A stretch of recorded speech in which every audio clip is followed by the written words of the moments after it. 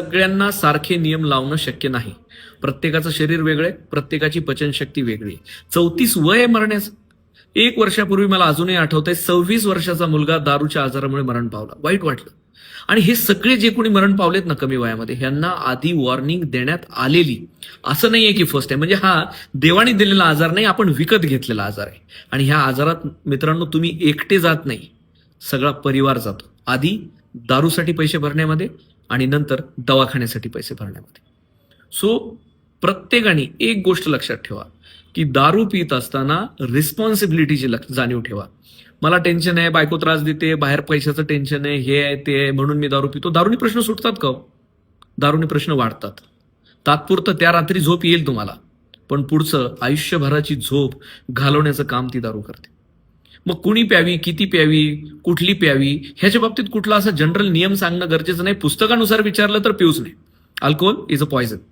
पण काही लोक, आणि आजही समाजात जर तुम्ही बघितलं, सरकारने दारू विकायची बंद केलेली नाही जर पॉयझन असलं तरी, कारण त्यांचा रेव्हेन्यू त्यातनंच जन्मतोय. सगळेच लोक दारू पिऊन मारतायत का? तर तेही नाहीये. मग ह्याला जनरलाइज कसं करायचं? सो मी जसं म्हणलं की ह्याला इंडिव्हिज्युअलाइज करायचं. प्रत्येकाने आपल्यासाठी आपला निर्णय घ्यायचा. आपल्याला ते सहन होतंय का नाही हे बघायचं. दारू पिऊन जर त्रासच जास्त होत असेल, हँगओव्हर होत असेल, अजून काहीतरी त्रास, डोकं जड होतंय, दुसऱ्या दिवशी लूज मोशन होत आहेत, पोटात अस्वस्थता होतीये, जळजळ होतंय, नका ना पिऊ राजांनो. मजा म्हणून पिताय, पण ती जर मजा सजा होत असेल तर नका ना पिऊ. तुमचं शरीर ते नाही ऍक्सेप्ट करते. ज्याला ऍक्सेप्ट होतंय त्यांनी प्या. ज्याला कळतंय की माझ्या शरीराला काही होत नाही, माझ्या सगळ्या टेस्ट दर महिन्याला, दर वर्षाला नॉर्मल येत आहेत, माझं सगळं okay, you take your decision. पण तपासण्या करत राहणं, लिव्हरची काळजी घेणं, कारण आपली शरीर हीच आपली प्रॉपर्टी आहे. आणि आपल्या प्रॉपर्टीवर इन्व्हेस्टमेंट म्हणजे त्याच्यासाठी कराव्या लागणाऱ्या तपासण्या, ट्रीटमेंट, ही सगळी त्याच्यासाठीची इन्व्हेस्टमेंट आहे. आणि ही प्रॉपर्टी देवानी गिफ्ट दिलेली प्रॉपर्टी. सो ह्या प्रॉपर्टीला सोडून आपण बाकी सगळ्या प्रॉपर्टीचं टेन्शन घेऊन ह्या प्रॉपर्टीवर अत्याचार करत राहतो. तर मला असं वाटतंय की दारू पिताना ह्या सगळ्या गोष्टींचं भान ठेवणं गरजेचं आहे. किती पिताय, काय पिताय, मी जसं म्हणलं, ह्याला कुठला नियम लावून हीच प्या किंवा ही पिऊ नका, नाही. पुस्तकानुसार नाहीच. पण जेव्हा तुम्ही पिताय किंवा ते अनअवॉइडेबल आहे, काही लोकांचं म्हणणं मी नॉर्मल पितो. अरे नॉर्मल नसतंच, नॉर्मल दारू नसतेच. पण तरीही पिताय तर तुमची जाणीव ठेवून प्या, आपल्या तपासण्या करा, आणि आपल्याला जर त्रास होत असेल तर पिऊ नका. कारण तुम्ही आधी बिअर बारचं बिल भरण्यात अर्ध आयुष्य घालवता आणि नंतर दवाखान्याचं बिल भरण्यात अर्ध आयुष्य घालवता. तुमच्या बायकोचं, तुमच्या आईचं, वडिलांचं आयुष्य तुम्ही एकटे दारू पिऊन बर्बाद करून टाकता. त्यामुळे हे नक्की लक्षात ठेवा की काहीही झालं तरी आपल्या शरीराची जाणीव ओळखून, आपल्या शरीराचा अभ्यास करून ते आपल्याला जमतंय की नाही ह्याचा विचार करून त्याच्याकडे जा.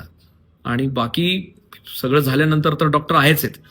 डॉक्टरांचं कामच आहे की बाबा ह्या आलाय, ह्याचं लिव्हर खराब झालंय, मग लिव्हर बदला, हे करा. इतकं सोपं नाहीये. अर्ध्याच्या वर दवाखाने ह्या दारू पिणाऱ्यांमुळे चाललेत. पण माझी इच्छा आहे की तुम्ही पिऊ नये. मी माझ्या पेशंटला तळतळीने सांगतो की राजा, मी नुकसानीचा सल्ला देतोय की तू दारू पिऊ नको, कारण तू दारू नाही पिलास तर तू निरोगी राहशील, माझ्याकडे येणार नाहीस.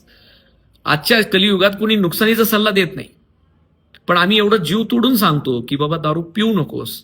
त्याच्या मागं मोठं कारण आहे, कारण तो एकटा झुरत नाही, पूर्ण फॅमिली झुरते.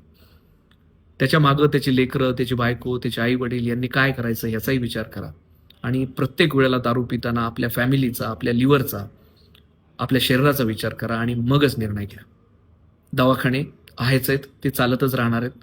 फक्त तुम्ही त्याच्यामध्ये भर घालू नका आणि मृत्यूला 30-35व्या वयात कवटाळू नका. कळकळीची विनंती आहे. थँक्यू.